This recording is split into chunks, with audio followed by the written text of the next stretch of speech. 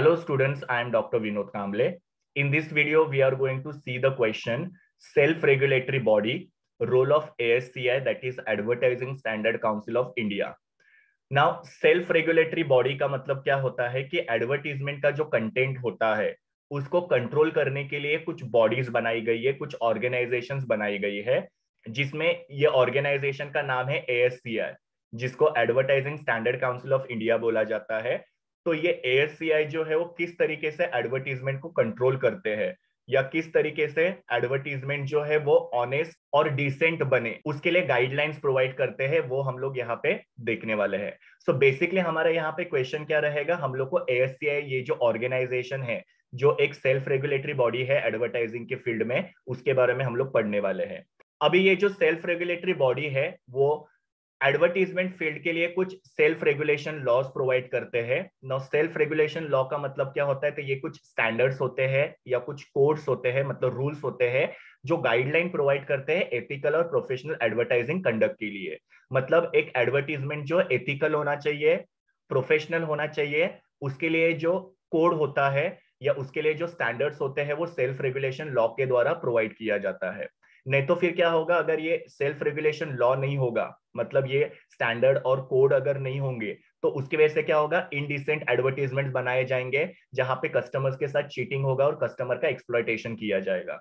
So because of this self regulation law, जो advertisement है वो काफी एथिकल होते जा रहे हैं और प्रोफेशनल होते जा रहे हैं, जिसकी वजह से कस्टमर्स को प्रॉपर इंफॉर्मेशन जो है प्रोवाइड हो रही है और जो ट्रू इंफॉर्मेशन है वो कस्टमर्स को मिल पा रही है और जो कस्टमर को राइट प्रोडक्ट सिलेक्ट करने में हेल्प कर रहा है। तो ये सेल्फ रेगुलेटरी बॉडी जो होते हैं वो सेल्फ रेगुलेशन लॉ प्रोवाइड करते हैं जो एडवर्टीजमेंट को एथिकल और प्रोफेशनल कैसे होना चाहिए उसके गाइडलाइंस प्रोवाइड करते हैं। अभी ये सेल्फ रेगुलेशन लॉ जिसको हम लोग स्टैंडर्ड या कोड बोल रहे हैं, वो कौन प्रोवाइड करता है, तो उसके लिए अलग अलग अथॉरिटीज है।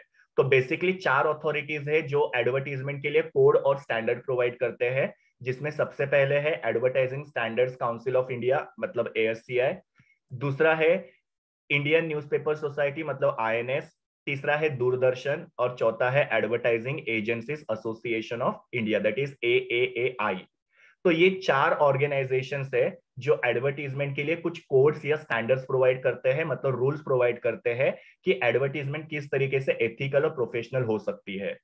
अभी ये जो सेल्फ रेगुलेटरी बॉडीज होती है वो हर एक प्रोफेशन के अंदर अवेलेबल होती है, मतलब अगर सेक्रेटरी का प्रोफेशन है तो वहां पे भी सेल्फ रेगुलेटरी बॉडी होती है, अगर CA का प्रोफेशन है तो वहां पे भी सेल्फ रेगुलेटरी बॉडी होती है, एडवोकेट का प्रोफेशन है तो वहां पे भी सेल्फ रेगुलेटरी बॉडी होती है। तो सब जगह पे ये सेल्फ रेगुलेटरी बॉडीज जो होती है वो अवेलेबल होती है। और एडवर्टाइजिंग जो है वहां पे 1985 तक कोई भी सेल्फ रेगुलेटरी बॉडी नहीं था। मतलब मैंने आपको बोला कि सेल्फ रेगुलेटरी बॉडी क्या करता है, एडवर्टीजमेंट के कंटेंट को कंट्रोल करता है। सेल्फ रेगुलेटरी बॉडी की वजह से एडवर्टीजमेंट जो एथिकल और प्रोफेशनल बनता है, लेकिन एडवर्टाइजिंग के फील्ड में 1985 तक कोई भी सेल्फ रेगुलेटरी बॉडी नहीं था। और उसकी वजह से क्या हो रहा था कि बहुत सारे एडवर्टीजमेंट के अंदर फॉल्स, मिसलीडिंग और ऑफेंसिव कंटेंट दिखाया जाता था, मतलब बहुत सारा झूठा बोला जाता था एडवर्टीजमेंट में, कंज्यूमर्स को मिसलीड किया जाता था, किसी को भी ऑफेंसिव किया जाता था। तो ये सारा चीजें जो है वो एडवर्टीजमेंट के फील्ड में चल रहा था बिफोर 1985, और जिसकी वजह से कस्टमर्स का एडवर्टीजमेंट के ऊपर से जो फेथ है वो कम होते जा रहा था, मतलब कस्टमर एडवर्टीजमेंट के ऊपर बिल्कुल भी फेथ नहीं कर रहे थे। और उसकी वजह से 1985 में the advertising standards council of India मतलब ASCI जो है उसको एस्टेब्लिश किया गया, बिकॉज इस तरीके से जो फॉल्स, मिसलीडिंग और ऑफेंसिव एडवर्टीजमेंट्स बन रहे थे और कस्टमर्स का एक्सप्लॉयटेशन हो रहा था, उसको कंट्रोल करने के लिए यहाँ पे ASCI को एस्टेब्लिश किया गया। तो आप लोगों को अभी यहाँ पे समझ में आ गया कि ASCI का बेसिकली रोल क्या है। तो ASCI जो है वो एडवर्टीजमेंट के कंटेंट को कंट्रोल कर रहा है, मतलब एडवर्टीजमेंट किस तरीके से होने चाहिए जिसकी वजह से लोगों का एक्सप्लॉयटेशन नहीं होगा, जिसकी वजह से एडवर्टीजमेंट जो एथिकल होगी और प्रोफेशनल होगी, उसके गाइडलाइन जो है वो ASCI प्रोवाइड करता है। सो ASCI क्या कर रहा है, एडवर्टीजमेंट के कंटेंट को कंट्रोल कर रहा है कि ये चीजें दिखानी चाहिए, ये चीजें नहीं दिखानी चाहिए। उसका पूरा जो कोड है या उसका पूरा जो स्टैंडर्ड है वो ASCI ने डिस्क्राइब किया हुआ है, और वो कोड और स्टैंडर्ड के हिसाब से एडवर्टाइजर्स को या एड एजेंसी को यहाँ पे एडवर्टीजमेंट बनाना पड़ता है।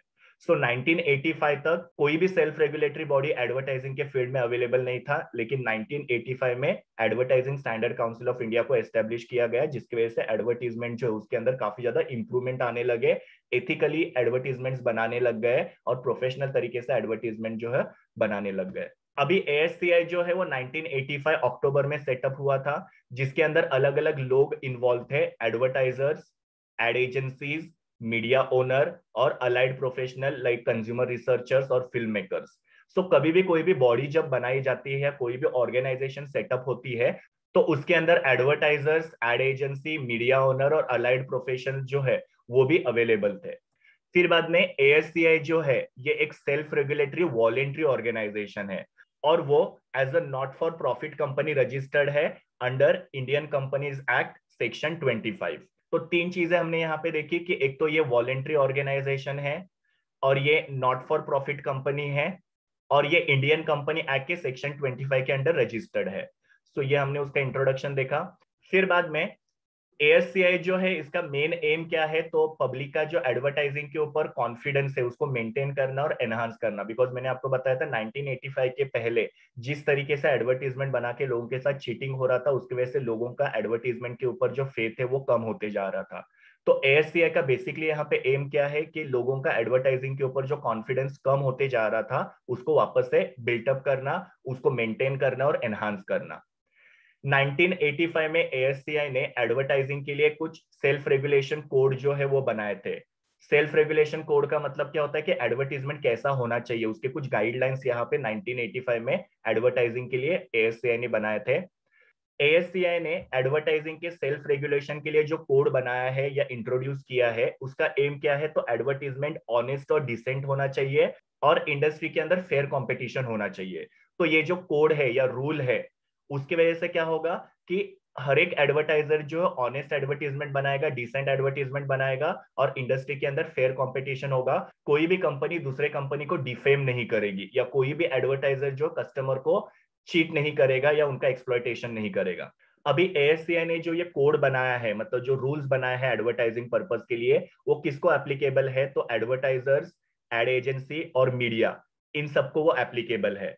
बिकॉज एडवर्टाइजर जो है वो अपने प्रोडक्ट के लिए एडवर्टीजमेंट बनाना चाहता है, एड एजेंसी जो है वो एडवर्टाइजर को एड बना के देती है और मीडिया जो है जिसके अंदर एडवर्टीजमेंट को प्लेस किया जाता है। तो ये सब लोग एडवर्टीजमेंट के प्रोसेस में इन्वॉल्व होते हैं, तो ये सबके लिए ASCI ने जो कोड बनाया है वो एप्लीकेबल होगा। फिर बाद में ASCI जो है वो लोकल लेवल पे और नेशनल लेवल पे दोनों जगह पे ऑपरेटिव है और ये लोकल लेवल और नेशनल लेवल पे फ्रॉडुलेंट एडवर्टाइजिंग को चेक करते रहते हैं कि कहीं पे भी लोकल लेवल पे भी फ्रॉडुलेंट एडवर्टीजमेंट नहीं बनने चाहिए या नेशनल लेवल पे भी फ्रॉडुलेंट एडवर्टाइजिंग नहीं बननी चाहिए। सो ASCI लोकल लेवल पे और नेशनल लेवल पे दोनों जगह पे ऑपरेटिव है और ASCI जो है वो एज अ वॉचडॉग काम करता है। वॉचडॉग का मतलब क्या है कि एडवर्टीजमेंट के ऊपर ध्यान रखने का, ये जो काम होता है वो ASCI का होता है। अभी हम लोग देखते हैं what are the objectives of ASCI। So पहला ऑब्जेक्टिव ये है कि जो भी एडवर्टीजमेंट के अंदर क्लेम्स किए जा रहे हैं या जो भी रिप्रेजेंटेशन या जो भी दिखाया जा रहा है एडवर्टीजमेंट के अंदर, वो ट्रूथफुल होना चाहिए और ऑनेस्ट होना चाहिए और लोगों का मिसलीडिंग एडवर्टीजमेंट से सेफगार्ड करना चाहिए, मतलब लोगों को मिसलीडिंग एडवर्टीजमेंट से प्रोटेक्ट करना है। तो ये पहला ऑब्जेक्टिव है ASCI का। दूसरा ऑब्जेक्टिव है कि एडवर्टीजमेंट जो किसी भी तरीके से ऑफेंसिव नहीं होना चाहिए। ऑफेंसिव का मतलब क्या है कि एडवर्टीजमेंट की वजह से किसी भी सोसाइटी के पर्सन को बुरा नहीं लगना चाहिए। मतलब ये एडवर्टीजमेंट जो है वो पब्लिक डिसेंसी के जनरली एक्सेप्टेड नॉर्म और स्टैंडर्ड के हिसाब से होना चाहिए। तो किसी भी प्रकार से किसी भी इंसान का एडवर्टीजमेंट के थ्रू अपमान नहीं होना चाहिए या किसी को भी इंसल्ट फील नहीं होना चाहिए। ये ASCI का सेकेंड ऑब्जेक्टिव है। फिर बाद में तीसरा ऑब्जेक्टिव है कि एडवर्टीजमेंट के थ्रू जो भी हजार्डस प्रोडक्ट्स होते हैं उनका प्रमोशन किया जाता है, तो उससे लोगों का सेफगार्ड करना। मतलब बहुत सारे एडवर्टीजमेंट्स होते हैं जिसके अंदर हजार्डस प्रोडक्ट होते हैं जिनका प्रमोशन किया जाता है, तो ऐसे एडवर्टीजमेंट जो है उसके अगेंस्ट लोगों को सेफगार्ड करना, ऐसे एडवर्टीजमेंट जो उनको बैन करना या ऐसे एडवर्टीजमेंट बनाने वाले एडवर्टाइजर या एड एजेंसी के ऊपर एक्शन लेना, ये यहाँ पे ASCI का ऑब्जेक्टिव है। So safeguard against indiscriminate use of advertising का मतलब क्या होता है, एडवर्टीजमेंट का यूज करके जो भी हजार्डस प्रोडक्ट है उनका जो प्रमोशन किया जाता है तो उसके अगेंस्ट लोगों को सेफगार्ड करना। देन फोर्थ ऑब्जेक्टिव इज कि एडवर्टीजमेंट जो है उसके अंदर फेयर कंपटीशन होना चाहिए। मतलब यहाँ पे किसी भी तरीके से एक एडवर्टाइजर दूसरे एडवर्टाइजर को डिफेम कर रहा है, ऐसा नहीं होना चाहिए। फेयर कंपटीशन एडवर्टीजमेंट में दिखाना चाहिए। देन फोर्थ ऑब्जेक्टिव ये है कि एडवर्टीजमेंट के लिए कोड वगैरह बनाना, मतलब रूल्स बनाना, जिसको कोडिफाई बोलते हैं। वो कोड को अडॉप्ट करना और टाइम टू टाइम उनको मॉडिफाई करना। मॉडिफाई करना मतलब चेंज करना। क्योंकि क्या होता है कि कुछ कोड जो होते हैं वो पर्टिकुलर सिचुएशन में एप्लीकेबल होते हैं, और फिर कुछ सालों के बाद में वो कोड जो होता है उसके अंदर नेसेसरी चेंजेस करना जरूरी होता है, बिकॉज सिचुएशन जो होती है वो चेंज हुई रहती है। तो सालों साल सिचुएशन सेम नहीं होती है, तो कुछ सालों के बाद में अगर सपोज किसी पर्टिकुलर कोड के अंदर चेंजेस करना जरूरी है, तो वो चेंजेस जो है वो एएससीआई यहाँ पे करनी चाहिए। सो एएससीआई बेसिकली यहाँ पे क्या करेगा, कोडिफाई करेगा, मतलब कोड बनाएगा, उसको अडॉप्ट करेगा और टाइम टू टाइम उनको मॉडिफाई करेगा। और एएससीआई को यहाँ पे इन कोड्स को इंप्लीमेंट करना है, मतलब लागू करना है। एडमिनिस्टर करना है, एडमिनिस्टर करना मतलब क्या, वो कोड जो प्रॉपरली इंप्लीमेंट हो रहे हैं कि नहीं वो देखना है। वो कोड को प्रमोट और पब्लिसाइज करना है, मतलब एडवर्टाइजर के बीच में उनके बारे में अवेयरनेस क्रिएट करना है। सो एएससीआई बेसिकली यहाँ पे क्या करता है, कोडिफाई करता है, कोड को अडॉप्ट करता है, टाइम टू टाइम मॉडिफाई करता है, और उन कोड्स को इंप्लीमेंट करने का, एडमिनिस्टर करने का, उसको प्रमोट और पब्लिसाइज करने का, ये भी एएससीआई का एक ऑब्जेक्टिव है। बिकॉज इन्होंने कोड बनाए लेकिन उसके बारे में अगर सपोज एडवर्टाइजर्स को पता नहीं चला है, तो ऑब्वियसली यहाँ पे वो कोड को फॉलो नहीं किया जाएगा, और फिर बाद में वो इनडिसेंट एडवर्टीजमेंट या अनप्रोफेशनल एडवर्टीजमेंट बनाए जाएंगे। सो कोड को बनाना भी है, उसको इंप्लीमेंट भी करना है, एडमिनिस्टर भी करना है, और उसको एडवर्टाइजर्स के बीच में प्रमोट और पब्लिसाइज भी करना है। ये भी ऑब्जेक्टिव है एएससीआई का। और जैसे मैंने आपको बताया कि जो भी कोड एएससीआई ने बनाया है तो उसको वाइड पब्लिसिटी देना, ताकि सबको वो कोड के बारे में पता चले और डिसेंट, एथिकल और प्रोफेशनल एडवर्टीजमेंट बनाने में हेल्प हो जाए। तो ये सारे ऑब्जेक्टिव है एएससीआई के। तो अब तक मैंने आप लोगों को एएससीआई के कोड के बारे में काफी बार बताया, लेकिन ये एएससीआई के कौन से कोड है उसके बारे में अभी हम लोग देखते हैं कि ऐसे कौन से कोड या रूल्स है जो एडवर्टाइजर्स को फॉलो करना जरूरी होता है। तो ये कोड के बारे में अभी हम लोग देखते हैं। तो इंडियन एडवर्टीजमेंट को रेगुलेट करने के लिए एएससीआई ने एडवर्टाइजिंग में जो सेल्फ रेगुलेशन कोड बनाया है, ये सबके लिए एप्लीकेबल होते हैं। जो भी एडवर्टीजमेंट को क्रिएट करते हैं, मतलब जो एडवर्टीजमेंट को बनाते हैं, जिसको हम लोग एड एजेंसी बोलते हैं, उनके लिए भी एप्लीकेबल है। जो एड को प्लेसमेंट करते हैं या पब्लिश करते हैं, प्लेसमेंट और पब्लिश मतलब क्या, मीडिया के लिए। सो एडवर्टीजमेंट को रेगुलेट करने के लिए एएससीआई ने जो कोड बनाए हुए हैं, वो एडवर्टीजमेंट क्रिएट करने वालों के लिए, एडवर्टीजमेंट प्लेस या पब्लिश करने वाले सबके लिए एप्लीकेबल होता है। तो ऐसा नहीं है कि एएससीआई का जो कोड है वो सिर्फ और सिर्फ एडवर्टाइजर के लिए एप्लीकेबल होता है। तो एडवर्टाइजर के साथ साथ वो एड एजेंसी के लिए और मीडिया हाउसेस के लिए भी एप्लीकेबल होता है। सारे टाइप के एडवर्टीजमेंट के लिए लागू होता है। मतलब जो एडवर्टीजमेंट को हम लोग पढ़ते हैं, जैसे न्यूज़पेपर, मैगजीन या प्रिंट एडवर्टीजमेंट होता है, या जिन एडवर्टीजमेंट को हम लोग सुनते हैं जैसे रेडियो हो सकता है, या जिन एडवर्टीजमेंट को हम लोग देखते हैं मतलब टीवी एडवर्टीजमेंट, तो जो भी एडवर्टीजमेंट हम लोग पढ़ते हैं, सुनते हैं, देखते हैं, ये सब एडवर्टीजमेंट्स के लिए एएसए का कोड जो होता है वो एप्लीकेबल होता है। फिर बाद में ये एडवर्टीजमेंट इंडियन हो या फिर इंडियन एडवर्टीजमेंट जिसको अब्रॉड में दिखाया जा रहा है, उनके लिए भी ये एप्लीकेबल होता है। फिर बाद में एएससीआई के जो कोड है वो इंडियन लॉज में रिकॉग्नाइज किया गया है। रिकॉग्नाइज मतलब क्या, एक्सेप्ट किया गया है। तो इंडियन लॉ के अंदर एएससीआई के कोड को रिकॉग्निशन मिला हुआ है। मतलब ये कोड जो है वो कोई मामूली कोड नहीं है, ये प्रॉपरली इंडियन लॉ के रिकॉग्नाइज्ड कोड है। मतलब ये कोड को अगर कोई एडवर्टाइजर फॉलो नहीं करेंगे तो उनके अगेंस्ट जो है वो एक्शन लिया जा सकता है। तो यहाँ पे हमने देखो क्या क्या देखा कि एएससीआई के जो कोड है वो सबके लिए एप्लीकेबल होते हैं। मतलब जो एडवर्टीजमेंट को क्रिएट करते हैं या प्लेस और पब्लिश करते हैं, सबके लिए एप्लीकेबल है। फिर बाद में एएससीआई का कोड जो है वो सब टाइप के एडवर्टीजमेंट के लिए एप्लीकेबल होता है, जिन एडवर्टीजमेंट को हम लोग पढ़ते हैं, सुनते हैं या देखते हैं, और जो एडवर्टीजमेंट इंडिया में बन रहे हैं, और जो एडवर्टीजमेंट इंडिया में बन के अब्रॉड में पब्लिश हो रहे हैं, उनके लिए भी एप्लीकेबल होता है। और ये जो एएससीआई के कोड है, इनको इंडियन लॉ का रिकॉग्निशन मिला हुआ है। अभी हम लोग देखते हैं कि कौन से एएससीआई की कोड है। सबसे पहला, एडवर्टीजमेंट जो ट्रूथफुल होना चाहिए, मतलब एडवर्टीजमेंट में किसी भी तरीके से लाई नहीं होना चाहिए, झूठ नहीं होना चाहिए। फिर बाद में एडवर्टीजमेंट के अंदर अगर कोई क्लेम किया जा रहा है कि हमारा प्रोडक्ट जो है इसके अंदर ये चीज है, या हमारा प्रोडक्ट जो है इसको हमने टेस्टिंग किया हुआ है, हमारा प्रोडक्ट जो है इसके अगेंस्ट काफी इफेक्टिव है, ऐसा कोई भी अगर एडवर्टीजमेंट में क्लेम किया जा रहा है, तो वो क्लेम को सपोर्ट करने वाला कोई ना कोई डॉक्यूमेंट या कोई ना कोई रिसर्च का जो सर्टिफिकेट होता है, वो वहां पे दिखाना बहुत जरूरी है। जैसे कि सपोज यहाँ पे हम लोग डेटॉल का एडवर्टीजमेंट देख रहे हैं, तो इसमें ये कहते हैं कि डेटॉल जो है वो कोविड-19 के वायरस के अगेंस्ट काफी इफेक्टिव है। अभी ये जो क्लेम है ये सच है, ये दिखाने के लिए उन्होंने क्या करना चाहिए कि ये उन्होंने रिसर्च कब किया था उसका डेट अपने एडवर्टीजमेंट में हाईलाइट करना चाहिए। उनका जो भी सर्टिफिकेट है कि इनका प्रोडक्ट का टेस्टिंग जो हुआ है उसका सर्टिफिकेट भी यहाँ पे एडवर्टीजमेंट में उन्होंने हाईलाइट करना चाहिए। क्योंकि क्या है, बहुत सारे एडवर्टाइजर क्लेम करते हैं कि हमारे प्रोडक्ट के अंदर ये स्पेशल चीज है, लेकिन वो क्लेम जो है वो सच्चा है कि सच्चा नहीं है वो पता नहीं रहता है। तो वो क्लेम को प्रूव करने के लिए यहाँ पे सपोर्टिंग कुछ डॉक्यूमेंट होना चाहिए, और अगर उन्होंने कोई रिसर्च किया है प्रोडक्ट के लिए तो वो रिसर्च का डेट जो है वो भी एडवर्टीजमेंट के अंदर हाईलाइट करना चाहिए, जिसकी वजह से लोगों को पता चले कि एडवर्टाइजिंग के अंदर जो भी क्लेम किया जा रहा है वो सच्चा क्लेम है करके। फिर तीसरा वाला है कि एडवर्टीजमेंट के अंदर किसी भी पर्सन के परमिशन के बिना उसके बारे में बोला नहीं जाना चाहिए। मतलब अगर किसी पर्सन के बारे में एडवर्टीजमेंट में बोला जा रहा है तो उसका परमिशन लेना बहुत जरूरी है। सो किसी भी पर्सन का अगर रेफरेंस एडवर्टीजमेंट में दिया जा रहा है तो उस पर्सन का परमिशन लेना बहुत जरूरी है। फिर बाद में एडवर्टीजमेंट के अंदर किसी भी फैक्ट को डिस्टॉर्ट नहीं करना चाहिए। डिस्टॉर्ट का मतलब क्या होता है, मिस रिप्रेजेंटेशन करना, मतलब उसको गलत तरीके से बताना, या कंज्यूमर को किसी भी तरीके से मिसलीड नहीं करना चाहिए। बिकॉज बहुत सारे एडवर्टीजमेंट होता है जिसके अंदर इम्प्लीकेशंस और ओमिशंस किए जाते हैं। इम्प्लीकेशंस का मतलब क्या होता है कि वो एडवर्टीजमेंट में वो प्रोडक्ट के इफेक्ट नहीं दिखाए जाते हैं, जैसे कि अच्छी चीजें बोली जाती है लेकिन उसका जो साइड इफेक्ट है वो नहीं दिखाया जाता है। या कुछ एडवर्टीजमेंट होते हैं उसके अंदर कुछ कंटेंट जो होता है उसको ओमिट किया जाता है या दिखाया नहीं जाता है। तो यहाँ पे क्या किया जा रहा है, कुछ इफेक्ट के बारे में न बोल के या कुछ चीजों को न दिखा के लोगों को डिस्टॉर्ट किया जा रहा है या मिसलीड किया जा रहा है। तो ऐसा एडवर्टीजमेंट में नहीं होना चाहिए। तो जो भी इंफॉर्मेशन लोगों को प्रोवाइड कर रहे हैं वो कंप्लीट इंफॉर्मेशन होना चाहिए। किसी भी तरीके से इंफॉर्मेशन को डिस्टॉर्ट या मिसरिप्रेजेंट नहीं करना चाहिए और कस्टमर को मिसलीड नहीं करना चाहिए। फिर बाद में जैसे मैंने आप लोगों को बोला कि एडवर्टीजमेंट जो किसी भी तरीके से ऑफेंसिव नहीं होना चाहिए, मतलब किसी भी पर्सन को इंसल्ट फील हो वैसा एडवर्टीजमेंट में कुछ भी नहीं दिखाना चाहिए। उसके बाद में एडवर्टीजमेंट जो होता है उसके अंदर किसी भी हजार्डस प्रोडक्ट जो है उसको दिखाना नहीं चाहिए कि जिसकी वजह से सोसाइटी के ऊपर उसका बुरा परिणाम हो। जैसे कि अगर सपोज कोई एडवर्टीजमेंट है जिसके अंदर लिकर के बारे में, स्मोकिंग के बारे में या किसी भी पान मसाला के बारे में अगर दिखाया जा रहा है तो ऑब्वियसली ये प्रोडक्ट जो होते हैं वो हजार्डस होते हैं। तो ऐसी सब चीजें एडवर्टीजमेंट में नहीं दिखानी चाहिए।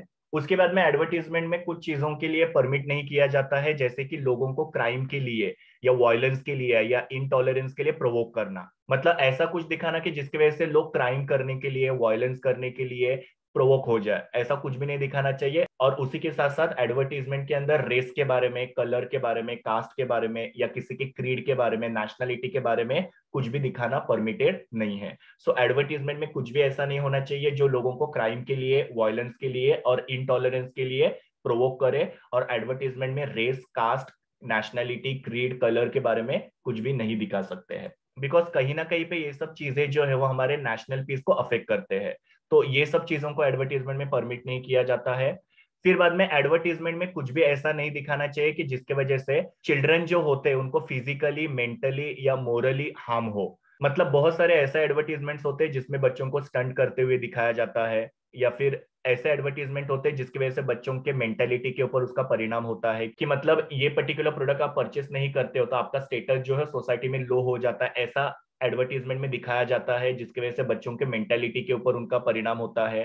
देन बच्चों की मोरालिटी जो होती है, मतलब उनके मन की कंडीशन जो होती है उसको हार्म किया जाता है। तो ऐसा कोई भी एडवर्टीजमेंट नहीं होना चाहिए जिसकी वजह से बच्चों को फिजिकली, मेंटली या मोरली किसी भी तरीके से हार्म हो। फिर बाद में बच्चों को एडवर्टीजमेंट में क्लाइंबिंग करते हुए, डेंजरस कोई एक्टिविटी कर रहे ऐसा नहीं दिखाना चाहिए।